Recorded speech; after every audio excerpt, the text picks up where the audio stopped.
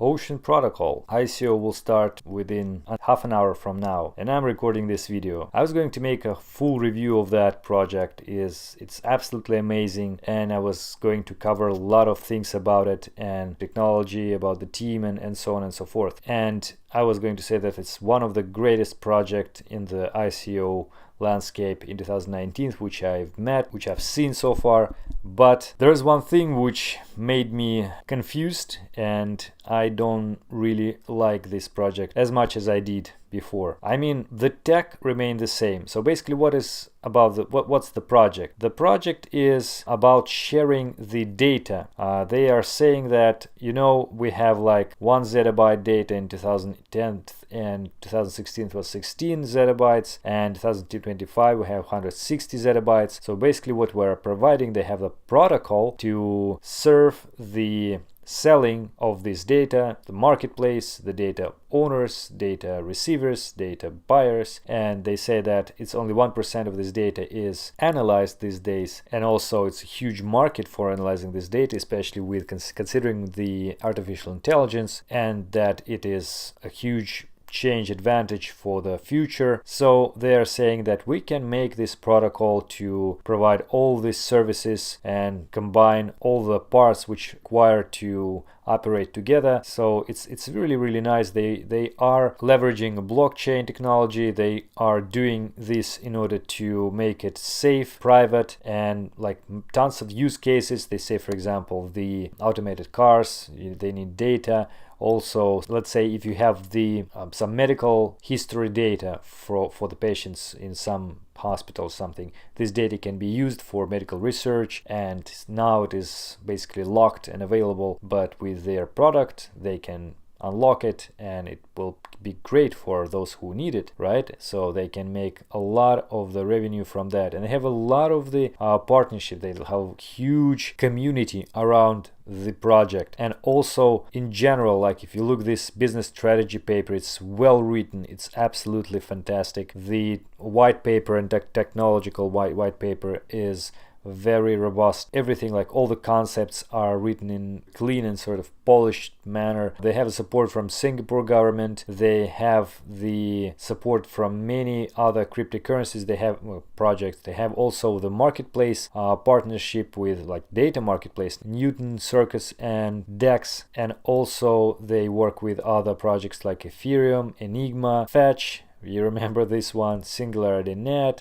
and so on and so forth. They also say that they are trying to build the community based on the like developers, contributors, AI developers, and so on and so forth. It's not only the speculators, and preferably not speculators, but also some people who would like to build on their project. They have very nice roadmap, which was followed rather nicely, and many other things. Like you see, it is a lot of the documentation they provide. For example, if you, by the way, look at their website, they have so much here. They have explicit explanations of the protocol. They have so much data documentation about the tech. They have the established community. They make some events in like many places, and they also offer the community to expand to, like, they invite people to become an ambassador. They also give the bounty program, and bounty program is absolutely amazing. You can look at the Gitcoin. There are bounties which like build this or build this application or suggest this thing, like smart contract event monitoring tool. If you'll make it, you will get 10,000 of their coins. Create a marketplace, you'll have this, and do this, do that. Not just like send this Telegram message or follow on Twitter, but really things which are useful. So overall, it's very convincing. Like the project, it's absolutely solid. And team, if you look at the team, it's absolutely amazing. Huge number of developers. They had experience with AI, blockchain business. Bruce Spohn is their CEO. He is from MIT. Everything which he made works, and so on and so forth. Advisors. Those are like, those tiny hints which you can see from those things, like who are those people. Even in the end of the list, I just want to mention those two, Meltem Amir and Ryan Selkis. If you don't know those two, just short reference. So Meltem Amir is a person who actually worked in many places and is a very well-known crypto media person. She defends publicly cryptocurrencies and blockchain technologies a lot of times, and also she is a chief strategy officer on CoinShares. What is CoinShares? It's the company which is providing the ETNs, exchange traded notes, sort of similar to ETFs. Can you imagine that? And also she is the vice president of development at Digital Currency Group. What is Digital Currency Group? Digital Currency Group is a venture capital company focusing on the digital currency market located in New York City. It was launched by Barry Zilbert. Barry Zilbert is a person who also made the second market solutions, which is now Nasdaq private market, because Nasdaq was competing with this company and they don't have any other chance to beat them except just to buy them. So they did. So you can imagine by all of that the level of those people.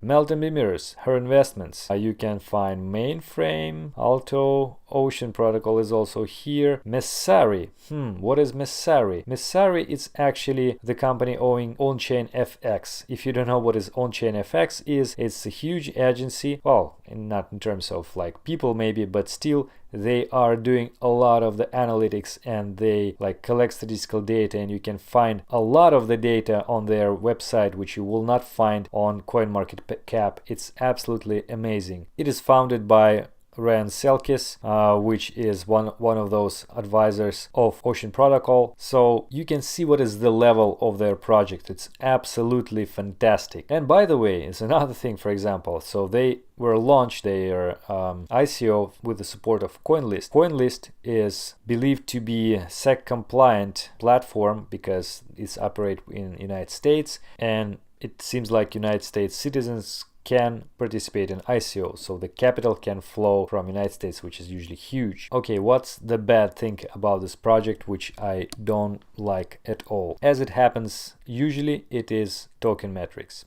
So they actually had token metrics before like this. They have 20% founders, quite a lot actually, 25% acquirers, which like ICO investors, and others like pre-sale, seed investors, and actually ICO investors. It's a very tiny small bit of that. 10% of foundation, 45 keepers, which are like miners. And now they changed it. They said, okay, we need make it more democratic and so on. They made decreased foundation. Well, they better decrease founders than foundation actually, but okay. They increased keepers to 60%, which is quite good, but they made it because they cut acquirers.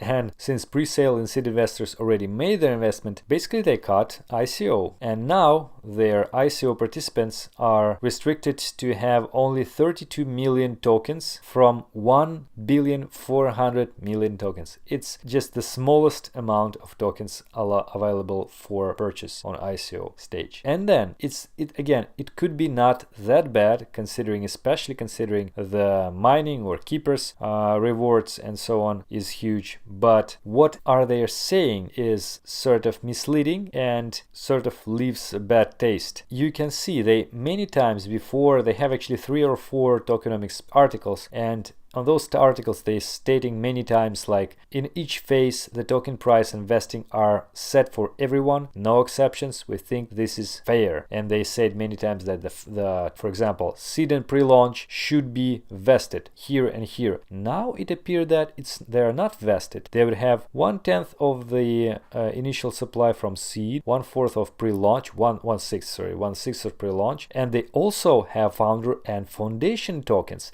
that have vested. If they have vesting for five years, as they stated here, like founding teams of like 5 years vesting period in 6 equal tranches, so they would probably should explain in which stages they will release those tokens. They don't. They basically don't. They just say, well, they will be vested and we will they don't even say that they will be released. They just say that, okay, there is actually circulating supply. Initial circulating supply will consist of those parts. And now you can see 32 million of ICO and 191 million in total. Basically, I wouldn't say they will dump on the ICO participants, but this is the thing which usually other projects do. No, I'm saying that they seem to be very fair and compliant and so on, but the fact that they did address those issues in such a non-transparent way is very, very disturbing in my opinion. And also they have this sort of page in previous tokenomics